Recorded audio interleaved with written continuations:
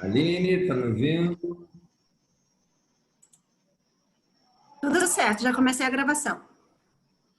Muito bem, então vamos dar o nosso pontapé inicial da noite de hoje. Mais uma edição do nosso Alcon Talks, hoje com uma temática super importante, né, que é essa questão toda de compliance e a Lei Geral de Proteção de Dados, a famosa LGPD. Sejam todos muito bem-vindos. O nosso bate-papo hoje está com a presença dessa nossa querida doutora e mestre, né, a Paula Robert, que vai estar com a gente, parceiraça da Ethical, uma especialista nessa questão toda de compliance.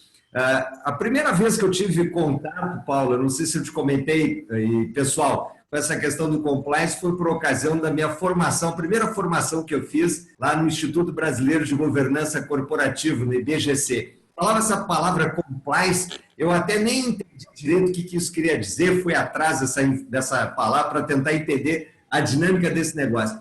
E é uma questão curiosa que eu vou fofocar com vocês, que são meus amigos, entre amigos aqui, né? Então eu vou fazer essa pequena fofoca. Eu tinha vários colegas lá no IBGC que eram advindos da área de compliance da Petrobras e debatiam enormemente como a Petrobras estava hoje extremamente profissionalizada na questão toda de governança. Isso foi evidente antes daqueles escândalos todos. Então, muito embora a gente saiba que existe toda uma preocupação com essa questão de compliance na agenda das empresas, muito embora muitas ainda tenham conselhos, tem todo um desenho de governança, o assunto ainda é muito recorrente, muito novo para muita gente nesse ambiente de gestão. E agora, com a questão toda da Lei Geral de Proteção de Dados, né, a gente sabe que vai impactar de uma maneira direta a vida de muitas empresas, não de todas as empresas. Achamos importantíssimo o convite dessa noite do dia de hoje para falar sobre essa questão de compliance e da LGPD, da Lei Geral de Proteção de Dados. Eu não sei se vocês acompanharam pelas mídias, né? Essa semana já tivemos uma primeira ação, né, Paulo? Uma primeira ação que rolou em São Paulo, na Cirela, que já começa a estabelecer paradigmas com relação a essa questão toda. Então, assim como nas outras edições do Alcon Talks, nós estamos trazendo hoje aqui uma grande especialista neste assunto, a mestre e doutora, advogada, né, bacharel em Direito pela PUC, Paula Robert, graduada eu acho que formou aqui no Rio Grande do Sul, né, Paula? Hoje está morando no Rio de Janeiro, mas ela é formada aqui pela PUC no Rio Grande do Sul. Especialista em compliance pela Fundação Getúlio Vargas, tem especialidade também em Direito Digital, também no Rio de Janeiro, pela FGV, uma certificação, um monte de certificações internacionais pela LAC, que é a Certification Board também, nessa toda de compliance e anticorrupção, né, na lei de anticorrupção. Ou seja, hoje a Paula é uma especialista, está à frente da questão de compliance dentro de um grande grupo multinacional espanhol, que é a ATS, assim também como na Cobra. Projetos também. É uma especialista da Lei Geral de Proteção de Dados e é CEO dessa companhia, da Ethical, que vocês veem aí assinando a fotografia da própria Paula, e que é uma parceira nossa na Alcon, aqui na implementação de projetos de compliance. Perfeito? Então, eu vou te deixar fazer o teu boa noite, Paula. Vou te pedir para regular de novo a câmerazinha, porque fica pendendo a câmera para o pessoal te enxergar melhor. Dá o teu boa noite e a gente começa o nosso bate-bola aqui. Sejam bem-vindos todos. Paula, muito obrigado pelo aceite ao nosso convite, estar debatendo esse assunto de compliance LGBT com a gente hoje. Boa noite, Paula. Boa noite, pessoal. Primeiramente, eu gostaria de agradecer mais uma vez para o Clóvis pelo convite, agradecer a todos que tiraram um tempinho hoje para prestigiar e participar desse debate conosco. Para mim é uma honra, como sempre, poder falar de compliance e proteção de dados. Obrigada pela apresentação, Clóvis. Eu acho que ele já fez uma apresentação aí sobre um pouquinho da minha carreira. Eu fiz esse movimento lateral para abraçar a governança corporativa, o compliance, que sempre foi meu perfil. E nesse processo de conhecimento, acabei me apaixonando por proteção de dados também. Podemos dizer que foi um amor à primeira vista. Quem começa a ter contato com essa área, sem dúvidas, acaba se apaixonando. E, subsequente a isso, eu fundei, junto com os meus parceiros, com a Tati e o Luíde, a consultoria Ethical. Ela é focada em gestão de riscos, compliance e proteção de dados. Então, quem tiver interesse pode nos contatar. E espero que nosso debate seja hoje muito grandioso e que a gente consiga aí suprir algumas dúvidas de todo mundo. Tá certo. Bom, para quem tiver alguma questão, algum comentário, o chat vai ficar aberto. Eu estou aqui só na mediação, trazendo essa provocação de algumas questões da Paula. Fica à vontade a trazer as questões e eu vou fazer essa mão, essa ponte, Paula, para te levar de maneira compilada as questões que estão sendo trazidas, tá? Eu vou começar pela pergunta mais óbvia do mundo, né? O que raios é compliance e, principalmente, o que não é compliance, né? Eu queria que você pudesse trazer para a gente um pouquinho também do surgimento desse conceito, onde é que ele se encaixa nesse grande guarda-chuva da governança corporativa e da proteção de dados, que é uma área de domínio que tu tens, e qual é a diferença das empresas que têm compliance, mesmo aquelas empresas pequenas, um profissional liberal, por exemplo, né, um médico, um advogado, um dentista, ele pode ter governança, ele pode ter compliance, ele pode estar, de uma certa maneira, incluído nesse contexto, Paula? Vamos lá, de onde é que veio, o que é o compliance? Por favor, querida. Perfeito. Então, bela pergunta, Clóvis, porque muita gente não tem esse contato e não sabe até a diferenciação. Então, antes até de explicar como surgiu o compliance, eu acho válido a gente explicar a questão da governança corporativa e do compliance. Um complementa o outro, né? Tem um alinhamento estratégico aí de empresas e a preocupação cada vez mais com a imagem e a reputação. E isso acaba fazendo com que essas empresas voltem as suas atenções para o compliance e para a governança corporativa.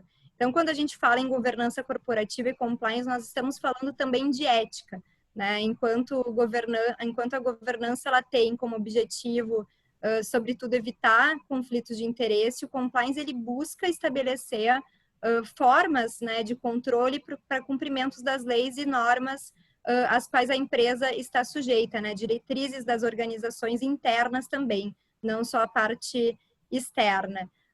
Então, com isso, ambas, né, tanto a governança corporativa quanto compliance, eles acabam, sim, compartilhando do mesmo fim, né, que é conservar a ética, a integridade, a saúde e a sustentabilidade do negócio, independente do setor, né, independente do porte da empresa, como você falou, Clóvis. As pessoas têm uma ideia um pouco errada, né? O compliance é só para grandes empresas. Não é assim. Hoje em dia a gente sabe que gestão é tudo. Então é muito importante que a gente tenha cada vez mais e adote, né, esses mecanismos de compliance, governança corporativa e gestão, independente do porte, independente do setor da empresa.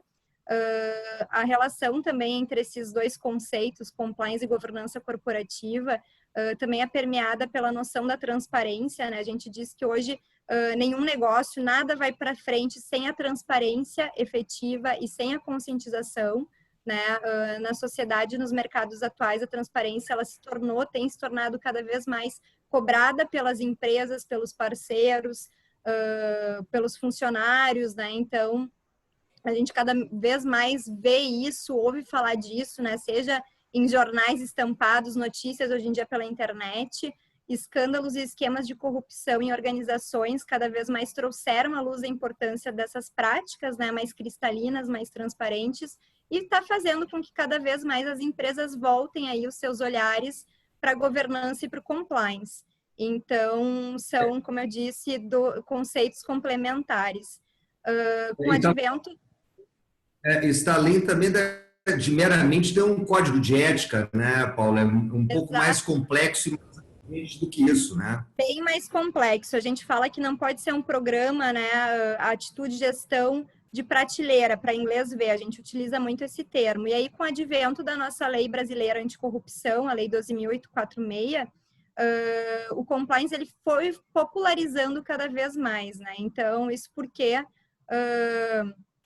a gente teve vários fatores que fizeram com que isso acontecesse, né? Não só a questão legislativa no Brasil, que contribuiu para o compliance, mas também, infelizmente, a questão dos escândalos éticos, políticos, pelos quais o Brasil vem atravessando, né? Então, a questão também, sobretudo, a Operação Lava Jato, dentre outras conduzidas aí pela Polícia Federal, pelo Ministério Público, que incentivaram aí o compliance e a nossa lei anticorrupção. Graças a Deus. Perfeito. Paula, te fazer uma pergunta na sequência disso. Existe alguma obrigatoriedade para uma empresa estar em conformidade ou estar em compliance? Ou o que uma empresa que não tem, vamos dizer assim, um programa amplo de compliance deve fazer para estar em conformidade, na tua visão? Então, a questão do compliance, a Lei 12.846, não tem uma obrigatoriedade somente para empresas que atuam aí com os órgãos públicos, né? Então, é uma exigência para licitações, etc. Mas, mesmo que não tenha uma obrigatoriedade, Clóvis, cada vez mais as empresas estão buscando, porque é um valor para a empresa, né? E ela traz uma transparência e uma segurança, sejam para os clientes, seja para os parceiros que vão fazer algum contrato. Então, cada vez mais está se tornando um hábito, né? E eu fico muito feliz com isso. Eu digo que a gente não está...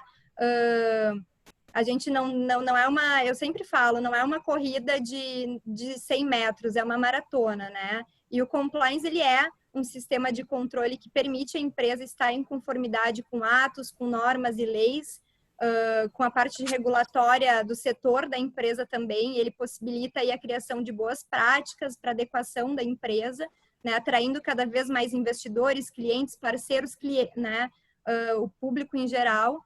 E então a gente pode falar que a empresa está em compliance quando ela atende aí todas essas exigências relativas às atividades e foca nessa parte da humanização, né, focada na ética e na integridade. Certo.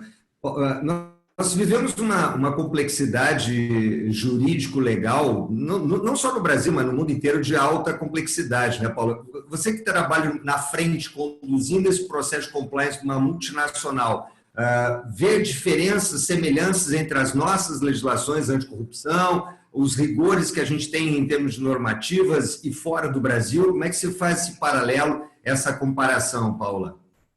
Então, Clóvis, assim, infelizmente a gente vê que no Brasil é aquela velha história do jeitinho brasileiro, né? O próprio judiciário, a gente tenta sempre burlar as regras.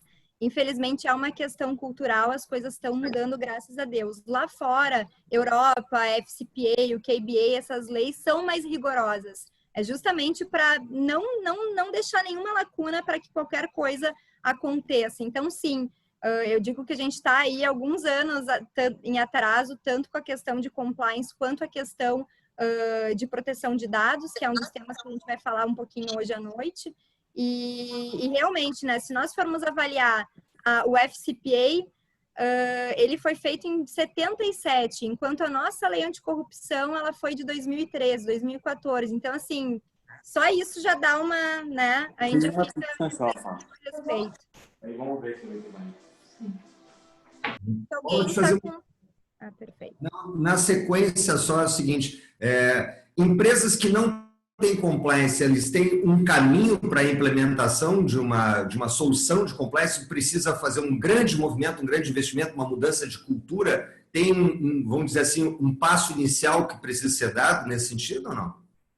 Não, então, Clóvis, empresas que ainda não têm, eu digo assim, não é um grande movimento e não é do dia para a noite. Eu acho que a gente tem que trabalhar com a continuidade e com pequenos passos realmente. Então, assim, a primeira coisa que eu digo, não adianta hoje, tá? Você pode ter um processo muito bonito se a gente não tem, primeiramente, a conscientização da alta direção, dos sócios da empresa. Isso é meio sábio caminho andado para tudo acontecer. Caso contrário, caso a gente não tenha essa conscientização, a vontade da alta direção, a gente não consegue implementar nenhum procedimento e muito menos torná-lo efetivo. Então, eu acho que esse é o primeiro passo, né? A conscientização e o apoio da alta direção. Inclusive, o apoio da alta direção, ele é um dos requisitos aí essenciais para o programa de compliance. É um dos mais importantes em razão disso. Se a gente não tem, a gente não consegue torná-lo ele real, né, dentro da empresa. Fica realmente um programa de prateleira, como eu tenho o hábito de falar. Posterior a isso, eu acho que o segundo passo é a conscientização dos colaboradores. É um movimento de aculturamento, né, que também, sem esses dois itens, a gente não consegue para depois começar a implementar outros procedimentos, como elaboração de políticas, controles, né? Treinamentos cotidianos, treinamentos que a gente precisa realmente fazer de tempos em tempos, porque as coisas vão mudando muito rápido. Então, acredito que esses seriam os 2 passos, né? O apoio da alta direção e o aculturamento, a conscientização de todos os colaboradores da empresa, independente do setor que eles operam. Paula, fala um pouquinho agora sobre essa questão toda da Lei Geral de Proteção de Dados. Você consegue dar para a gente um resumo de onde ela veio? Ela se arrastou, era para ser implementada no ano de 2021? Como é que ficou? De onde é que veio? Traz o histórico para a gente da Lei Geral de Proteção de Dados, por favor. Realmente, a gente estava aí numa maratona de sério com essa questão da proteção de dados, muitas pessoas achando que ela não ia vigorar, né? E aí, no segundo tempo, acabou que foi dia 18 de setembro, a gente teve aí, ela entrou em vigor. Ela estabelece a regulamentação de tratamento de dados pessoais, a questão da liberdade positiva, que é muito pouco falada do indivíduo, que é eu, Paula, poder decidir o que vai ser feito com os meus dados, eu ter essa chance, essa possibilidade de decidir o que vai ser feito, né? A questão da liberdade positiva, que a gente acabam que utilizam outros termos e não falam muito disso, né? Então, no que se refere aí a essa nossa nova lei, são todas as informações fornecidas a uma empresa independente, repito, diferente da questão da lei 12.846, a nossa lei, a Lei Geral de Proteção de Dados, ela é para todo mundo, literalmente para todo mundo. Então, ela vale para todos os dados pessoais, são informações, né, fornecidas a uma empresa em determinado momento. O tratamento desses dados, ele representa a forma como eles são utilizados, e isso a gente faz todos os dias, seja no âmbito físico, né, quanto digital. Então, também, muitas pessoas pensam Lei Geral de Proteção de Dados e imaginam que vai ser algo só no meio digital, e não, né? Aquela padaria, a padaria do seu Joãozinho, que tem a mania de anotar lá os telefones, alguns dados na cadernetinha. Quem nunca fez isso, né? Então, realmente é para todo mundo, ela tem um escopo geral. Eu brinco que a gente tem que fazer um movimento de evangelização aí da Lei Geral de Proteção de Dados. Então, ela cuida de todos esses tratamentos, né? A forma como eles são utilizados, as ações específicas. Quando a gente fala de tratamento de dados, as pessoas imaginam, mas eu não faço um tratamento de dados. Não, todos nós fazemos, sabe? Todos nós lidamos com dados todos os dias, independente do ramo da empresa, independente de como a gente faz isso, como é feito o tratamento, né? E a partir dessa nova lei, os usuários todos, eles têm um acesso facilitado, né, às informações de bancos de dados, os titulares dos dados, além deles poderem aí fazer, verificarem os dados. O titular hoje ele tem uma série de direitos, então isso foi um avanço muito grande, muito positivo aí para a gente. Repito, né, a gente já está atrasado aí uns 40 anos da Europa, questão da GDPR, mas aos poucos a gente vai indo, né? Então, assim, quem não seguir hoje a Lei Geral de Proteção de Dados, empresários que estejam nos assistindo aí, fiquem atentos, porque podem sim ter uma multa aí de 2% do faturamento, né? Sendo que o limite da multa é de 50 milhões por infração. Então, sim, é muito sério, é muito importante que a gente olhe com outros olhos, né? Essa questão aí da proteção de dados. Quem regula a Lei Geral de Proteção de Dados, Clóvis, é a Agência Nacional de Proteção de Dados, e ela é responsável pela questão de atentar para a proteção dos dados, ela tem que garantir a proteção dos dados, definir todos os procedimentos, né, a Política Nacional de Dados pessoais, a questão da privacidade, e aplicar aí as sanções em caso de qualquer tipo de irregularidade no tratamento desses dados. Então, acho que seria basicamente isso, assim, só para dar uma resumida mesmo. Certo. Paula, uma questão aqui importante, isso vai impactar direto a vida, o cotidiano, principalmente, né, nas atividades das empresas, né? O que você está vendo assim como recomendação, já tendo todo esse histórico, toda essa preocupação que você tem visto em empresa na própria CME, na própria ACS, empresas que você está trabalhando fora também, qual é o impacto que você vê na atividade, no cotidiano, no tratamento de dados? Vamos enriquecer com exemplos para o pessoal poder entender a sua própria natureza. Nós temos aqui no grupo de participantes indústria, temos aqui o Pedro Baldiceira aí representando o pessoal do varejo, né? Então, tem profissionais liberais. Então, como é que você poderia trazer isso no impacto cotidiano das empresas, né? Perfeito. Então, acaba que, até falando de compliance, para tentar explicar um pouquinho isso, o compliance ele vai ser uma das áreas mais afetadas aí com a proteção de dados, já está sendo, porque acaba que a proteção de dados, ela detalha como as empresas devem colher, tratar, armazenar e utilizar os dados de clientes, funcionários, visitantes, físico e digitais, né, de redes sociais, etc. E como eu disse, esse é um dos maiores impactos, porque hoje as pessoas elas não têm, a maioria das empresas elas não têm procedimentos quanto a isso, é um tema muito novo. Então, como eu disse, o objetivo aí é proteger a privacidade desses titulares, né, impedir que as empresas abusem da informação e que elas passem a adotar procedimentos de segurança da informação e utilizando aí os termos de consentimento com titular ou tornando público esses dados sensíveis que também não pode. Então, são vários impactos que a gente vai ver, né? Desde do jurídico, do setor de compliance, o setor comercial é um dos mais impactados, marketing principalmente, RH, todos os setores eles vão ter que começar do zero, né? A tentar, como eu disse, existem vários processos aí, Clóvis, que a gente pode adaptar, né, tanto em empresas que já têm o compliance, quanto em empresas que estão começando agora sem saber como elas começam. E aí é como eu digo, mesmo que empresas já tenham compliance efetivo, é importante que tenha conscientização, apoio da alta direção, para quê? Para que as pessoas entendam a necessidade e a importância dessa temática da proteção de dados, mudem o mindset. Eu acho que a questão do mindset é um dos principais pontos para todas as empresas, independente dos portes. Para as empresas que têm aí o compliance efetivo, elas vão ter que fazer dentro do programa de compliance delas, das políticas, dos procedimentos, da documentação, toda a alteração para deixar em consonância com as diretrizes, com as imposições da Lei Geral de Proteção de Dados. E para as empresas que não têm o compliance, elas vão ter que adotar o mesmo procedimento que as que já têm, mas elas vão ter que ter uma noção mínima aí de governança, de estrutura, né, para começar do zero e principalmente com muito foco nessa parte da conscientização, porque, como eu disse, sem transparência nos processos, sem conscientização, a gente, infelizmente, consegue dar qualquer procedimento e efetividade aí para a conformidade da proteção de dados. Tá certo. Tá chovendo aqui no meu WhatsApp e já aqui no nosso chat um monte de perguntas. Eu vou trazer aqui duas perguntas, a do Tiago primeiro, para a gente emendar depois as outras que nós temos aqui no nosso roteiro. O Tiago traz a seguinte questão: o cliente de uma empresa pode solicitar a exclusão dos seus dados, e quando a gente fala de dados, são apenas os seus dados pessoais, aqueles dados que dizem respeito, por exemplo, aos hábitos de consumo também estão sobre esse guarda-chuva, né? Dá para a gente identificar que dado é esse que tem que ser cuidado, né? Então, antes de responder a pergunta inicial aí do Tiago, eu acho que é importante aí a gente definir.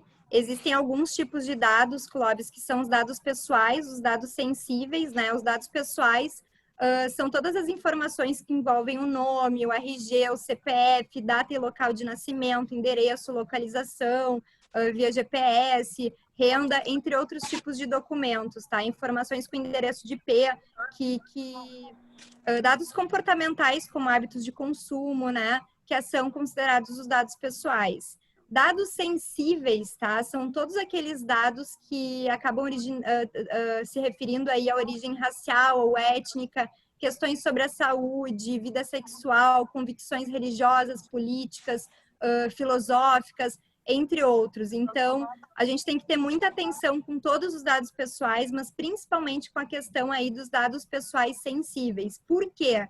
Porque a maioria das empresas hoje, a gente sabe que a gente brinca, né, que o dado é o novo petróleo, o dado é hoje ouro para todo mundo a nível mundial, não só para o Brasil, né? Então, é muito importante que a gente tenha essa noção, porque muitas empresas, para definirem um perfil de consumo para alguns clientes, elas acabam pedindo dados excessivos, muitas vezes dados sensíveis. Então, esse é um ponto de atenção muito grande. E respondendo já a pergunta do Tiago, sim, tá? O titular hoje ele tem um amparo muito grande e ele pode sim solicitar que os dados dele sejam sim exclusos da empresa. Certo. Exclusos ou resguardados, Paula? Então, Tanto um quanto o outro, na verdade. Você pode pedir, a não ser que tenha o legítimo interesse, ou seja, para atender alguma demanda legal, tá? Então, a gente tem essas duas exceções, que aí o titular, ele tem que entender porque é para alguma demanda regulatória, alguma coisa nesse sentido. Certo. Uma pergunta aqui da Marlova, ela traz a seguinte questão. Na área de pesquisa de mercado, por exemplo, quando uma empresa disponibiliza seu cadastro para que alguém faça uma avaliação de satisfação de cliente ou descobrir hábitos de consumo, isso também deve ser respeitado, resguardado, isso não pode ser feito? Deve ser respeitado. Você até pode adotar alguns procedimentos, mas todos você tem que informar o titular. Então, aquilo que a gente volta, né, seja na área de compliance, independente de qual setor, conformidade de dados ou anticorrupção, a gente precisa da transparência. Então, o titular, ele tem que ter a transparência do que está sendo feito, qual foi a finalidade e objetivo para aqueles dados, para ele consentir. Então, a maioria aí, seja internet ou no âmbito físico, vão ter que adotar alguns processos, algumas cláusulas aí e algumas fichas para o pessoal, para o titular poder permitir aí o consentimento para que esses dados possam ser utilizados, desde que tenham, claro, a finalidade, o objetivo, tudo isso de forma transparente, sem qualquer tipo de omissão. Certo. Então, na área de televendas, o Rodrigo traz aqui também essa pergunta, na área de televendas também vai ter um impacto direto, né? A gente vai ver uma mudança no comportamento desse povo ligando para a gente o tempo todo, oferecendo produto também, é isso? Exatamente, a área comercial ela vai ser bem afetada aí com a questão da proteção de dados. Alguns procedimentos pela questão de legítimo interesse vão poder ser, porque senão a gente para todos os nossos processos e as empresas vão parar literalmente, então não, né? Nem tão aos céus, nem tanto à terra. Vão poder, desde que tenham procedimentos aí que em conformidade com a proteção de dados e que notifiquem o titular para que ele possa consentir e entender tudo o que está acontecendo. E aí também, caso não queira, né, poder entrar em contato e solicitar ou qualquer tipo de reclamação para a Agência Nacional de Proteção de Dados. E essa modelagem, esse modelo de regulação, ele também é a partir de uma agência nos outros países, Paula? É uma agência que regula isso ou é uma legislação infraconstitucional apenas? Existem a questão da legislação infraconstitucional, mas também em outros países tem a questão da agência. Uhum. Tá. O Diego Scalf traz uma pergunta aqui para a gente importante, aqui, o Diego é o nosso parceiro. Vai ser necessário que todas as empresas, independente do tamanho, tenham um DPO? Dá para explicar para o pessoal também, Paulo, o que é um DPO, ou um comitê de segurança, um comitê ligado à Lei Geral de Proteção de Dados? Como é que funciona isso, né? E aproveitando uma outra pergunta que me chega aqui pelo WhatsApp também, se uma universidade também vai ter que regular os dados dos seus alunos, como notas, ou uma escola, notas, avaliações, etc., né? Então, Clóvis, como eu disse, a questão do DPO, ele é o encarregado por todos esses dados, ele vai ser o responsável dentro das empresas, independente do porte, pelo tratamento, por todos os processos que vão ser realizados com os dados, sejam de clientes, fornecedores, parceiros, etc., né? Todos os dados que vão ser.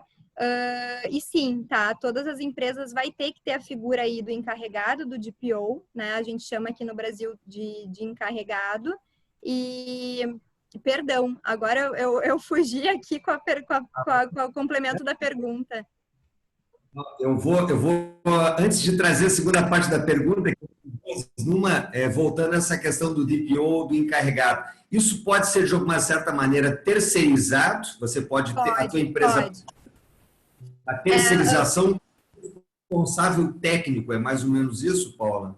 Isso, responsável técnico, né, o encarregado. Pode sim, tá, Clóvis? Não tem nenhuma objeção quanto a essa modalidade de terceirizar o profissional, como a gente tem também com a questão do compliance officer, não tem problema nenhum.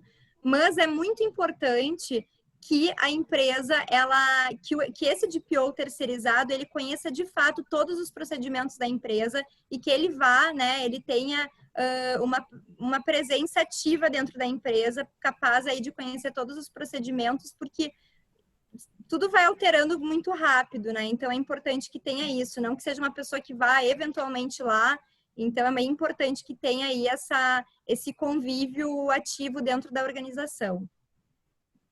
Certo. É comum o conceito, né, de diligência no ambiente da governança corporativa, né, Paulo? Se a gente mostra para o regulador, para o órgão regulador ou para a justiça, que você se movimentou nesse sentido, já há uma leitura, vamos chamar assim, pacificada de que há uma intenção verdadeira nisso, né? Mas, de qualquer maneira, a figura do encarregado, ela é obrigatória, então, é Ela isso? é obrigatória, mesmo que terceirizada. Sim. E é muito importante que tenha isso, porque uma pessoa que não tenha, inclusive assim, é bem interessante falar sobre a figura do DPO, Clóvis, porque assim, hoje não existe um DPO, ao menos no Brasil, é tudo muito novo, as pessoas estão se profissionalizando, né, nessa figura, então as pessoas estão aprendendo, elas vão se certificar, elas vão aprendendo, mas é que nem advogado, né, você não se torna do dia para outro um advogado, é uma construção, então é uma oportunidade bem interessante para quem está querendo entrar nessa área, né? E para as pessoas que vão contratar entenderem que é um processo, né? Nós não tínhamos essa figura, esse cargo, digamos assim, né? Essa profissão antes definida no Brasil, então é bem importante que a gente entenda o contexto geral, né? De como está sendo isso. E qual é o perfil que você acha, uma questão que o pessoal está trazendo aqui, qual é o perfil ideal que você acha? Tem alguma área alocada dentro da empresa para aquelas empresas que já estão mais estruturadas, com governança? É uma pessoa que está dentro da área de auditoria, da área de controladoria, da área fiscal? Você tem noção de um perfil ideal, Paula, para essa função ou não? Perfeito. A gente tem sim uma noção de perfil ideal, tá? É muito importante que a figura ela conheça aí todas as manobras, legislações, a parte técnica de TI, entender um pouquinho sobre privacidade e segurança da informação. Qual a maior função para entrar? Eu acho que nós temos alguém com... Pode bloquear os microfones, Aline, por favor. Né?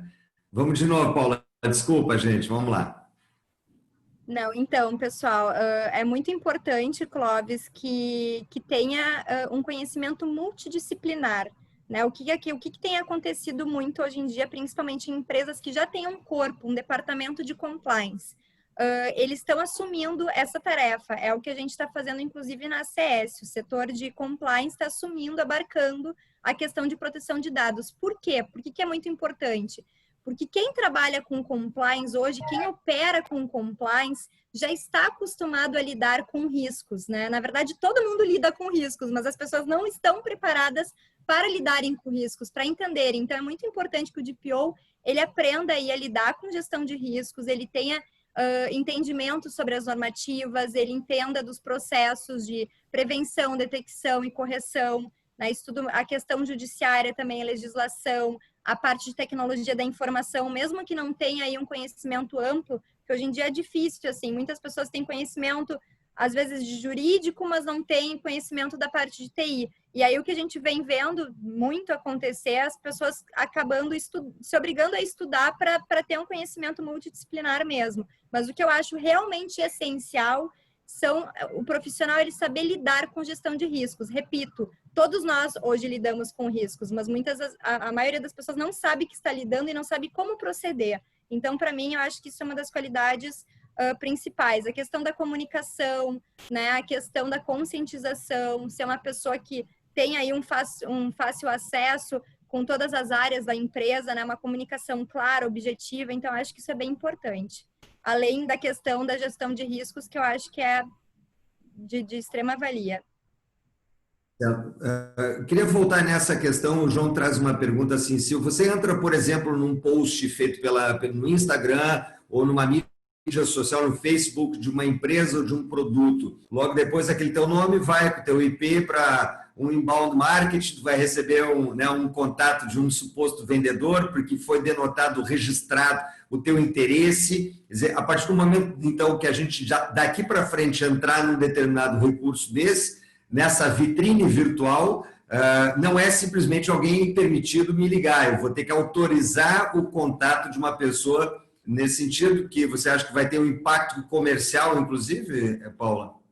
Vai ter um impacto comercial muito grande, já está tendo. As pessoas hoje, o que elas mais perguntam para a gente da Ethical, em papos assim, pessoais, é o que eu faço, quais são os procedimentos, principalmente nessa questão do marketing digital. E aí, uma das coisas que eu falo, a gente vive hoje no mundo digital cada vez maior, né? A gente, principalmente essa questão do home office, isso aumentou significativamente. Então, o que eu digo? Você entra num site, a primeira coisa que você faz é olha se vai ter uma política de privacidade. Esse é um dos principais pontos. Isso já passa uma segurança para você como cliente, como consumidor, como titular dos seus dados. Então, acho que é uma observação que vale a pena o pessoal ficar aí bem atento nessa questão da política de privacidade, porque você já vai saber se essa empresa ela já está lidando com riscos, então você já se sente mais seguro para fazer um procedimento, entrar ali, adquirir um curso, comprar algum produto que você vai ter que colocar principalmente a questão dos seus dados pessoais e dados pessoais sensíveis, porque a gente está falando aí da questão financeira, né? Você acaba passando dados do seu cartão de crédito que daqui a pouco está sendo clonado. Então, eu acho que é bem importante, assim, atentar para essas informações. E a questão do marketing é aquela coisa, né? É importante que se defina as ações para captação e prospecção aí de novos contatos, como eles vão obter essas informações específicas aí sobre o público, né? Então, focando que é muito importante que essa comunicação ela seja efetiva, né? Com o titular, então, seja por meio de um formulário para preencher dentro da página, né? Então, eu acho que tem vários mecanismos aí que o pessoal vai ter que adotar. A questão dos formulários, né? Cada um com uma finalidade específica, não pode ser um formulário macro, que muitas empresas têm feito, é fazer um formulário macro com várias cláusulas. Não, é ideal que seja um formulário específico, né? Então, eu brinco assim que tudo é muito novo, até para gente que está estudando, que já fez benchmark aí da Europa, que está funcionando muito, GDPR, mas o que a gente vai começar a ver mesmo, e a gente precisa que seja feito a questão dos procedimentos da NPD, né? Então, tem muita coisa que até a gente fica com dúvida, porque hoje, Clóvis, você lê a lei 1000 vezes e ela não dá um passo a passo de como você tem que fazer, de quais os procedimentos para adotar. Então, você tem uma noção bem breve, né? Mas a parte realmente de procedimentos, eu acho que vai vir mais daqui para frente. Mas um grande benchmarking que eu dou, uma dica para as empresas, para quem está aí nos ouvindo, que eu acho que conhecimento a gente tem que dividir nunca, estudem, façam benchmark aí da Europa, porque está dando certo. A gente tem vários cases aí que estão dando certo, a gente tem o caso da Nestlé, que está dando um banho aí com a questão de proteção de dados. Tem vários casos bem interessantes aí para a gente analisar e ver.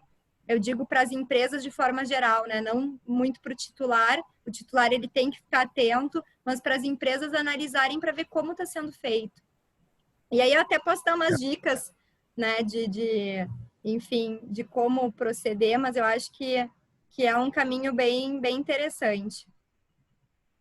Paula, outra questão, existe um índice assim, a gente pode auditar uma empresa, como se audita para qualidade, para identificar o grau de risco que essa empresa está com relação à proteção dos dados, ou a vulnerabilidade que ela tem, ou há um diagnóstico, um checklist que se faz, e a partir desse checklist, então, se identifica um índice vamos dizer assim, de maior ou menor taxa de risco com relação a P&D, a proteção de dados, ou não? Existe sim, Clóvis, na verdade, assim, não é um padrão, a gente fala que não é uma receita de bolo, cada caso é um caso, mesmo que seja uma empresa do mesmo setor.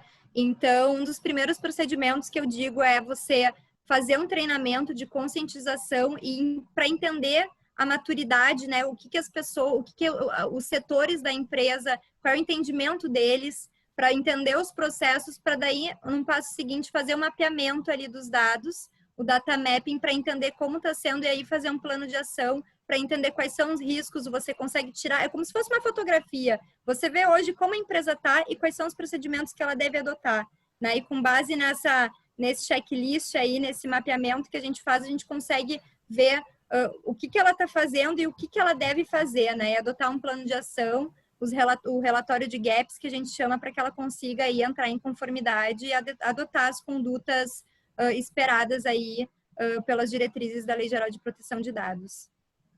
Perfeito. Bom, a gente costuma dizer que todas essas obrigatoriedades, de uma certa maneira, acabam impactando em custo para as empresas, né? É inevitável que a empresa, para poder estar em conformidade, ela vai ter que ter um investimento com relação a isso, tá?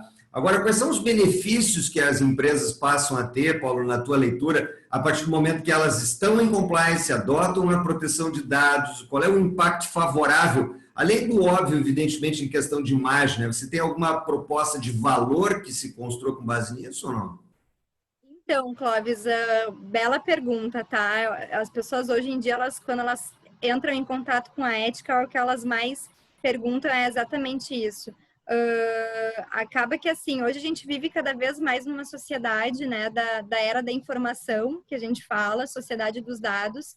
Então, os dados, eles passam cada vez mais a serem vistos como novo ouro, como eu disse, né? Nesse sentido, o modelo de troca de informação, podemos falar assim, por serviços gratuitos, ele passou cada vez mais a ser questionado, né? Porque cada vez as coletas de dados aí das empresas em geral, elas vêm sendo cada vez mais abusivas e agressivas, né? Então, cada vez mais se exige aí um atuar ético dessas empresas, tanto no tratamento de dados pessoais, quanto na questão da ética e integridade. Então, acho que o ativo hoje mais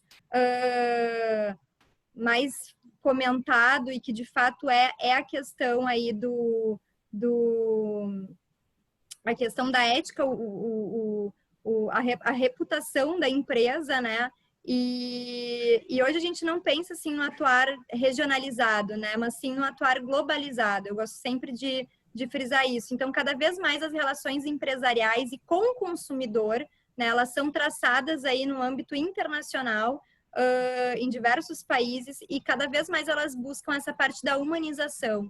Eu, Paula, hoje, sendo titular e sabendo da minha liberdade positiva, eu vou procurar traçar aí relações com empresas que eu sei que vão tratar com a seriedade exigida e que realmente vão ter processos efetivos. Eu vou buscar entender, e acredito que a maioria dos consumidores, né, de como os meus dados estão sendo tratados. A empresa é uma empresa transparente, ela está visando ali só um lucro, vejo Paula como um lucro, então acho que, sem sombra de dúvida, é um dos benefícios, mesmo que a gente sempre toque nessa questão reputacional, não é só nisso, né? A gente pensa que você vai reverter cliente, você vai aumentar a sustentabilidade da sua empresa. A empresa hoje, ela precisa ver o cliente como um parceiro, como um amigo, não somente como um cliente, um número que vai trazer aí um benefício financeiro para dentro da sua empresa, né? Fora isso, a questão de realmente você quer dar sustentabilidade para o seu negócio, você precisa ter um padrão e estar em conformidade aí com algumas exigências,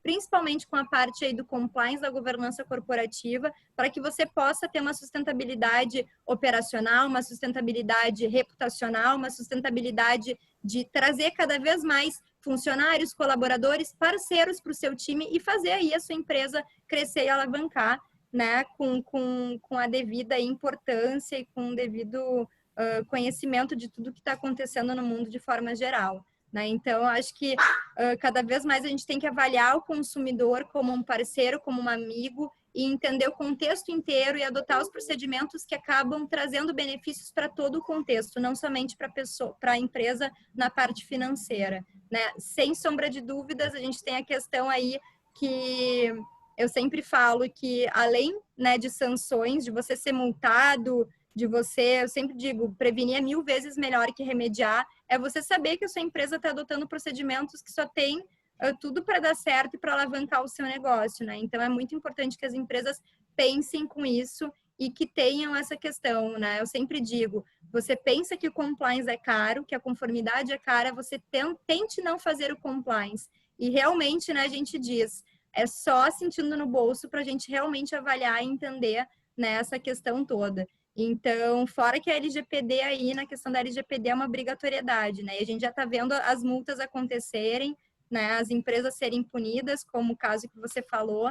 Então, acho que é um contexto bem grande, assim, dentro da empresa. A questão reputacional, o valor da empresa, você ter parceiros sólidos, né? Pessoas que vão agregar. Então, acho que é por aí. Eu acho que esse é o caminho.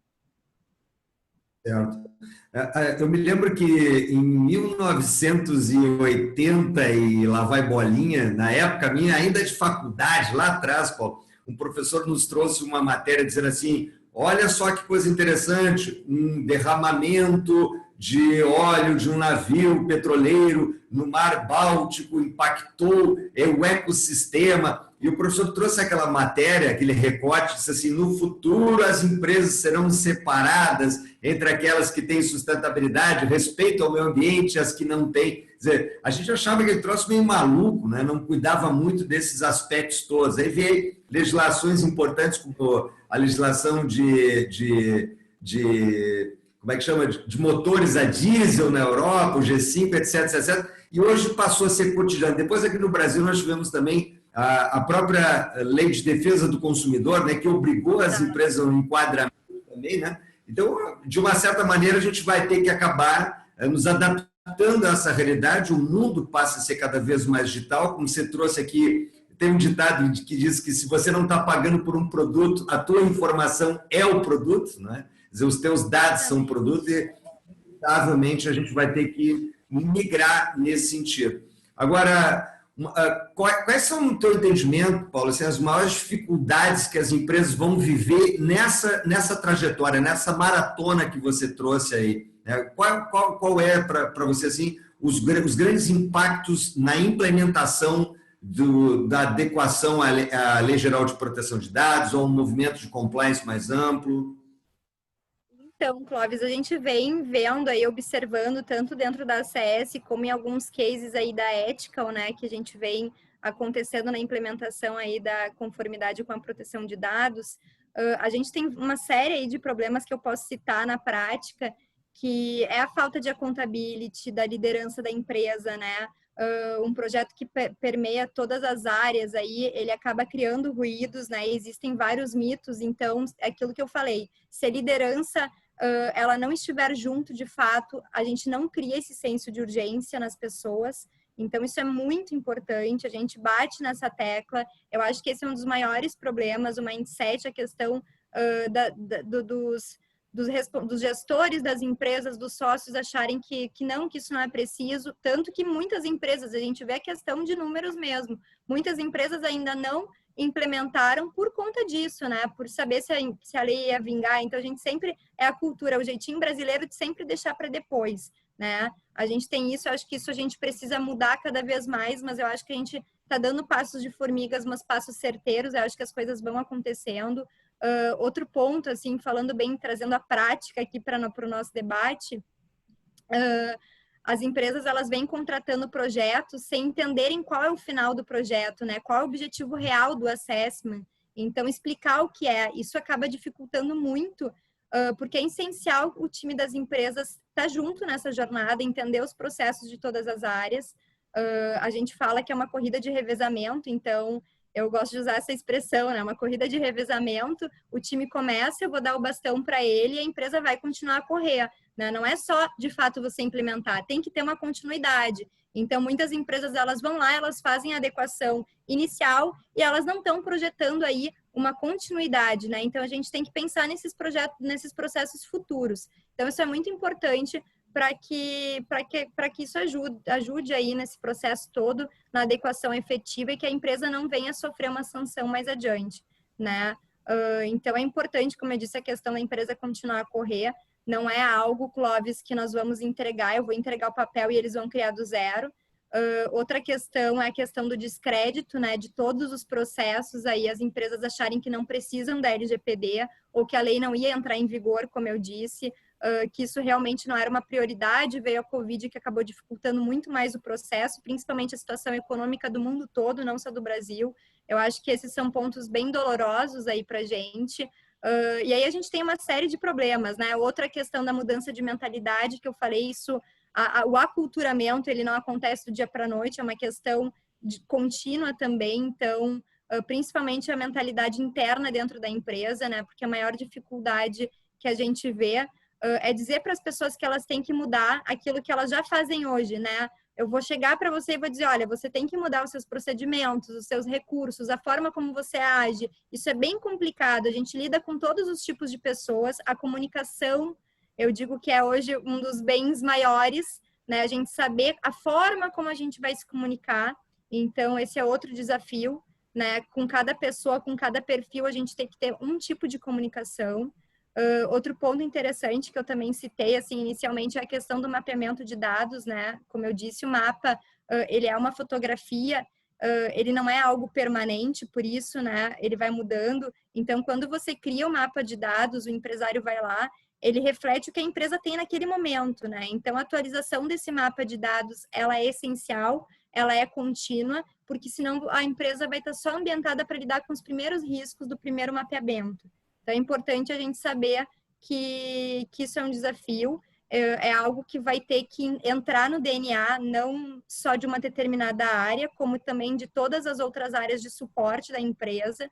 Então, é importante a gente fazer com que as pessoas entendam que vai ser uma constante, porque esse mapa vai ter que seguir sendo atualizado e os processos deverão ser contínuos, né?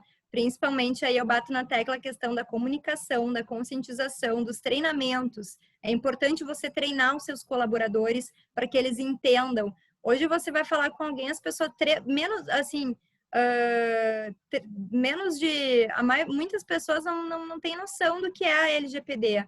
Então é complicado, assim, a gente fala da implementação da necessidade, mas muita gente nem sabe o que é de fato a LGPD. Né? Então, eu acho que é esse caminho, assim, a gente tem vários desafios, todas as áreas, elas precisam estar envolvidas nesse processo de adequação, porque por mais que você entenda a situação macro, você dificilmente vai ser clínico geral, a gente, às vezes, não tem ideia de como as outras áreas da empresa funcionam, né? Você pode ser um gestor e você não vai saber. Então, você vai sempre se surpreender para entender quais são os processos que cada área está utilizando. Mesmo que você seja dono do negócio, você tenha idealizado o seu negócio, você não vai ter essa visão macro. Então, é muito importante que tenham esses procedimentos e a continuidade de todos eles. Né? E aquilo que eu falo da alta direção, já para finalizar aí o nosso debate, acredito que a gente já esteja quase encerrando, mas é uma frase que eu gosto muito de utilizar, que eu acho que ela é válida não só para o compliance, mas para tudo isso que a gente está vivendo, né? Não basta falar, tem que fazer. Quantas vezes a gente não escutou na nossa vida, principalmente dentro de casa, faça o que eu falo e não faça o que eu faço. Eu já escutei da minha mãe, eu já escutei de chefes meus, né? Você tem que fazer o que eu faço, não o que eu faço. Então, essa questão da liderança, né, que eu disse que é muito importante. E aí a frase que eu costumo dizer, que eu gosto muito, é: a palavra convence, mas o exemplo arrasta. Eu não sei de quem é para dar os créditos, mas eu acho que isso funciona muito, e eu acho que se as pessoas internalizarem e pensarem isso para o seu negócio, eu acho que elas vão longe. Não sei se teria mais alguma questão. Um monte de perguntas. O nosso tempo está ficando exíguo. Acho que nós vamos ter que fazer outra edição aqui, né? Porque tem muito questionamento, tá? Mas uma pergunta que me apareceu agora aqui no WhatsApp é o seguinte: empresas têm que também cuidar do dado de outras empresas? Quer dizer, o B2B também está sobre a ótica da Lei Geral de Proteção de Dados? Existem lá dados vulneráveis também de empresas contra empresas? Então, o que acontece hoje, Clóvis, essa pergunta que você fez é muito importante mesmo, tá? O que as pessoas hoje, o que a maioria das empresas pensa? Eu vou lá, eu faço uma leve adequação, não vou fazer nada além disso, não vou dar uma continuidade, vou fazer só para mostrar que eu tenho, caso a NPD bata na minha porta, né? Então, essa é a mentalidade de 70%, é um número grande, aí arrisco a dizer que é mais ou menos isso. E pensa, não, vou ter uma política de privacidade e proteção de dados e está tudo certo. Não tá. A empresa hoje ela tem a responsabilidade solidária dos seus parceiros. Então, é muito importante que você atente a isso, se planeje com esse ponto da questão da responsabilidade solidária e tenha aí uma política e procedimentos de gestão de terceiros. Perfeito. Então, acho que é bem esse aspecto. Outra coisa que eu acho válido trazer aí para a gente, antes de encerrar também, que muita gente me pergunta, Clóvis, eu não sei, acredito que para vocês que é consultoria também devem perguntar muito, é a questão da ISO 27001. Algumas empresas têm, tá? E o pessoal chega para a ética e pergunta, mas eu já tenho a ISO 27001. Então, eu não preciso me adequar à LGPD porque eu já tenho a ISO 27001. Então, é muito importante observar, tá? Que entre a ISO 27001 e a LGPD, a gente pode dizer que existe aí em torno de 50%, tá? De área de contato entre as duas. Isso significa que, por exemplo, se uma empresa certificada, né, como eu disse na ISO 27001, ela não está pronta para a LGPD, mas ela andou metade do caminho. Então, é muito importante ter essa diferenciação, tá? Ela andou metade do caminho, isso é super positivo. A mesma coisa eu falo se ela tiver o compliance FE, ela não andou metade do caminho, mas ela já andou um pouco. Isso é muito positivo para adotar os novos procedimentos, para adequar o compliance, né? Revisando políticas, procedimentos, o canal de denúncia. Isso é muito importante, porque a partir de agora o canal de denúncia, o setor de compliance, ele vai passar, claro que tem uma questão do legítimo interesse, tem uma questão que você não pode comprometer as suas investigações, tem essa questão, mas você vai ter que adotar alguns procedimentos de conformidade, principalmente com essa questão de dados sensíveis. O denunciante, ele deve ser notificado, em algumas situações, o próprio denunciado, principalmente se tiver a questão dos dados sensíveis, desde que não comprometa também a investigação, né? Então, é bem complexo, né? Eu digo, a gente tem que adotar procedimentos e trabalhar com todas essas hipóteses. Então, são coisas diferentes, estágios diferentes, mas o inverso também vale. Eu acho que quem tem empresa aí, quem já está adequado na ISO 27001, é uma bela observação. Você sim já andou meio caminho, mas você não está compliance com a LGPD. Então, acho que é um aspecto interessante aí para o pessoal se preparar, né, e entender que são coisas distintas. Perfeito. E uma pergunta da Laura aqui para a gente encaminhar já aos finalmente, é a última, gente, nós vamos ter que deixar para a segunda edição, né, Paula, do nosso bate-papo. Mas, se Deus quiser.